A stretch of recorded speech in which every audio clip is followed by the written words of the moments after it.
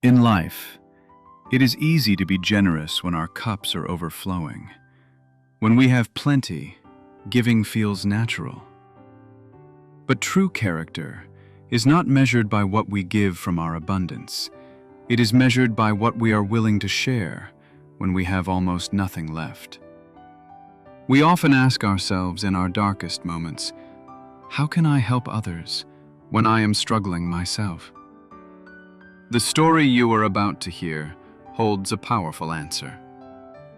There once was a teenage boy, so intimately acquainted with poverty that hunger had become his closest companion.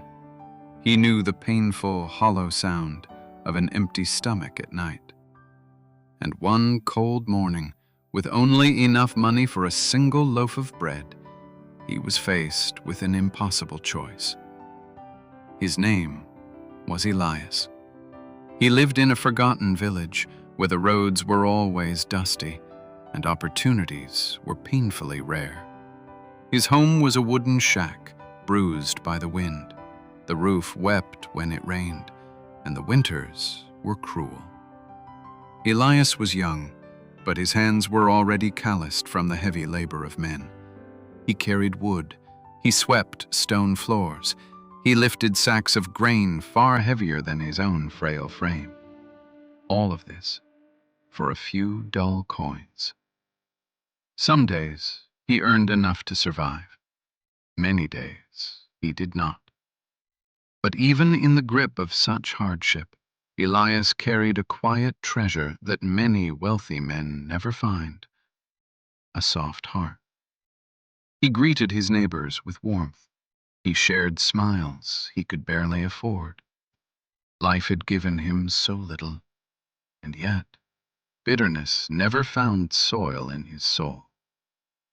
One freezing, unforgiving morning, Elias stood in the biting wind and counted the coins in his rough palm. 3 small copper pieces, exactly enough for 1 loaf of bread. He had not eaten since the dawn of the previous day. His hands trembled, not just from the frost, but from a deep, aching weakness. Slowly, he walked toward the glow of the village bakery. The heavy scent of yeast and warmth reached him before he even opened the door. It was the kind of smell that makes a starving person weak in the knees.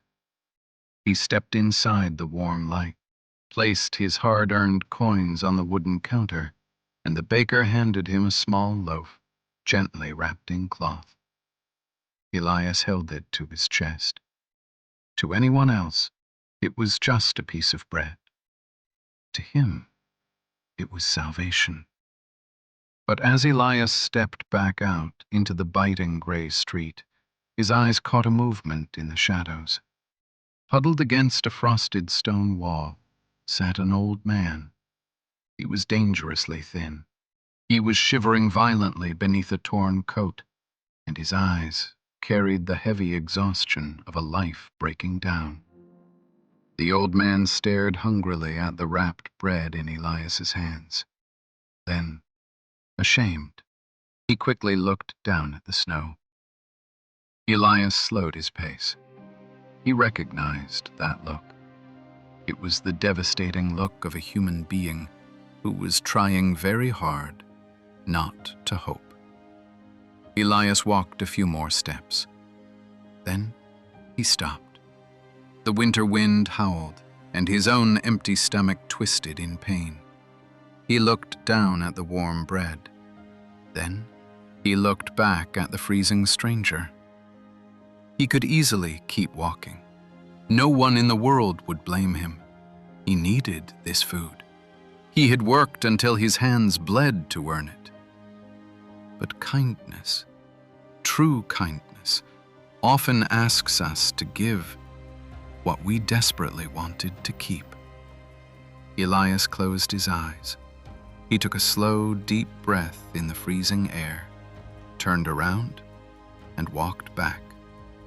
He knelt in the snow, and without saying a single word, he placed his only loaf of bread into the old man's trembling hands. The stranger stared down in pure disbelief. "No," the old man whispered, his voice cracking. "You are just a boy. You need this more than I do." Elias offered a weak, gentle smile. "Maybe," Elias said softly. "But today, you need it first." Real tears began to fall down the old man's weathered cheeks. He clutched the bread to his chest like a priceless jewel, whispering his thanks to the cold sky. Elias nodded respectfully and walked away quickly before he could change his mind. For the first few minutes, a profound warmth filled his chest. But soon, the wind returned, and then the hunger. It was sharp, heavy, unforgiving. By midday, Elias was stumbling. By evening, he was too weak to stand. As night fell and the rain began to batter his fragile roof, Elias lay in the dark with nothing in his stomach but regret. Staring at the ceiling, he wondered if kindness was just a foolish game. He wondered if good people were simply meant to suffer in silence. He closed his eyes, cold, empty, and deeply disappointed. But just as the first gray light of dawn broke through the frost, a heavy sound echoed through the shack, a loud, steady knock at his door. Elias forced his aching body to rise. He dragged his feet across the floorboards and pulled the heavy wooden door open.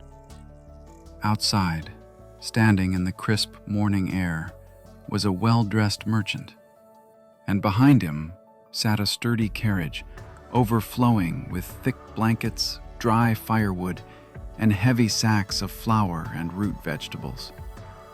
Elias blinked, entirely confused. "Are you Elias?" the merchant asked gently.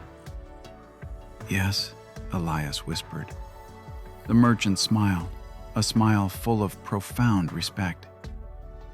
"My father told me to find you." Elias frowned. "Your father?" "The old man you fed yesterday," the merchant said. Elias froze. The merchant stepped closer. "My father was once a highly respected man, but illness and debt stripped him of his dignity. Yesterday, he was entirely broken. He had not eaten in 2 days." The merchant placed a hand over his heart. "He told me a teenage boy with empty pockets gave away his only bread. He said, if such pure goodness still exists in this dark world, then I must not remain silent." The merchant reached into his coat and handed Elias a heavy paper envelope. Inside was silver, enough to repair his weeping roof, enough to buy food for the winter, enough to breathe again. But the merchant did not stop there. "My warehouse needs strong, honest workers," the man said softly. "Come with me today, and you will never go hungry again." Elias stood in the doorway, unable to speak. He looked at the fresh food. He looked at the warm wood. He looked at the impossible chance standing before him. All of this because of one loaf, one painful sacrifice, one quiet moment in the snow where hunger did not win. Years later, Elias grew into a man known far and wide for his endless generosity. He never forgot the biting cold of that street. He never forgot the old man's tears. And he never forgot the profound truth that changed the course of his entire life.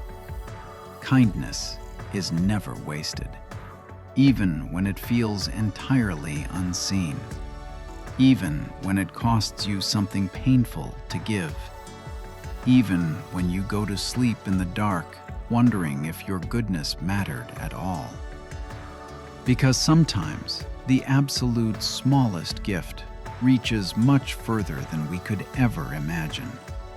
And the bread you give away today may just become the door that opens your tomorrow.